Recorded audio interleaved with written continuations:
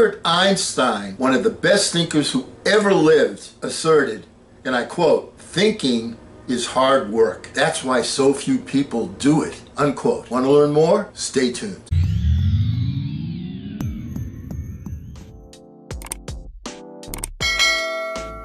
Hello again, everyone. I'm Eli Dale with Project Eli, where we educate, we lead, and we inspire. And I was looking at a book by John C. Maxwell, How Successful People Think. I strongly recommend. First of all, he's written a zillion books, and every one I've read has been terrific. He's a great speaker. He's a great author. He's just a tremendously effective pundit. I highly recommend John C. Maxwell, and I am going to be stealing a lot of his things on the next few videos that we have together. You know, I put together what I feel is my very, very best work. I've got over 500 videos on this channel now, and my very best work, I feel, is a series that I call the Ownership Manual for Your Brain. I strongly recommend that you go to my channel. It's a 5-part series. I think it's my absolute best work. I've gotten the best reviews. That's the thing that I've gotten the very best reviews upon in all the work that I've done. I'm going to leave the connection to that in the description box below. But I always like to look at how other people look at similar things. And John Maxwell comes from a completely different angle. He's focused upon how you act as a leader, how you act as an individual, you know, and I want to share with you some things he does, and of course I'm going to add my very 2 cents. You know, first thing you want to do is expose yourself to good input. If you want to be a good thinker, one of the things you want to do is to have a lot of things around you that you're absorbing. Otherwise, your thinking is very limited. You're in a box. If you want to get out of the box, then what you have to do is you have to expose yourself to a whole bunch of different ideas. You also must expose yourself to good thinkers if you want to be a good thinker. Once again, the 5 people you hang around with the most, you become the average of those 5 people. If you want to become a good thinker, guess what a good idea might be? Hang around with people that are good thinkers. You'll pick up their habits, you'll pick up their nuances, and you'll pick up their motivations and their drive.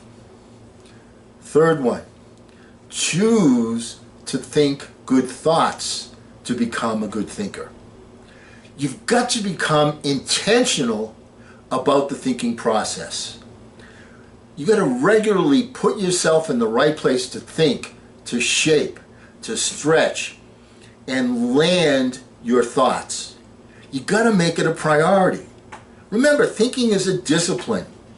You know, when I have my quiet thinking time, that's how I do my discipline. I wake up in the morning, I set aside that time, usually around 15 minutes to a half an hour every single day, but you can start off with 5 or 10, 15 minutes, and you discipline yourself to and dedicate yourself to that quiet thinking time. You know, if you wanted to become a really good athlete, one of the things, especially now that they do, is they go into the weight room because they want to build up their muscles. Well, you can't just think about, boy, you know, I want to be strong, I want to have muscles, and thinking about it is not going to get you the muscles that you want. If you want to build up your mental muscles, you have to have the same discipline that an athlete has about going into the weight room. Let's face it, we get distracted very easily.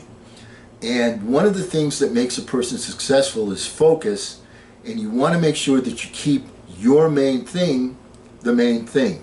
And the way that you do that is by disciplining yourself to have that quiet thinking time. And no matter where you choose to do it, we're going to go over some things here. We choose to do it, you've got to be able to capture the ideas. Now, John C. Maxwell, at the time this was written, said make sure you have a pen and paper, so on and so forth. And that's a good idea. You want to write these things down. But what I do instead, and this is just something that, you can either write it down or do it the way I do it, come up with your own way, is I send a text to myself. And because you can just do it verbally, you hit the microphone, excuse me, you hit the microphone button, send myself that text, and then later on I can take that idea and run with it. This way I can continue my flow of ideas. I prefer that way. John Maxwell likes to write things down. As a matter of fact, he keeps a pad of paper lighted right next to his bed all the time. Act on your good thoughts, because ideas have a short shelf life. Ideas have an expiration date. Have you heard of people that say, oh, well, I thought of that idea, and now these people have taken it and they're making a fortune with it? Well, you didn't act on it. You got to act on your ideas. That's a key element. Fifth, to start your thinking process, you can't rely on your feelings.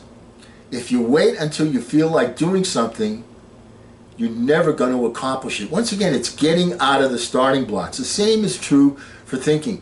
You know, what I always think about when this particular issue comes into play is when I was out in the field selling insurance. We were in our cars, and then we were just knocking on doors for the most part. And the most difficult part of the whole evening was getting out of your car and walking and knocking on your first door. Because you just didn't feel like it. You just drove. It's like, all right, now I got to get up and do, okay? But it's the discipline, forcing yourself. And the thing that always got me going was we had a special knock that we did, okay, when we knocked on the door. And once I took that knock, I was in motion. I couldn't be stopped. My inertia had taken over. Figure out something that you want to do, some way that's going to put you in your discipline of setting aside that quiet thinking time. Try it for yourself. After you go through the disciplined process of thinking and enjoying some success, allow yourself to savor the moment and try riding the mental energy of that success. And if you're like me, it's likely to spur additional thoughts. Your momentum keeps you going.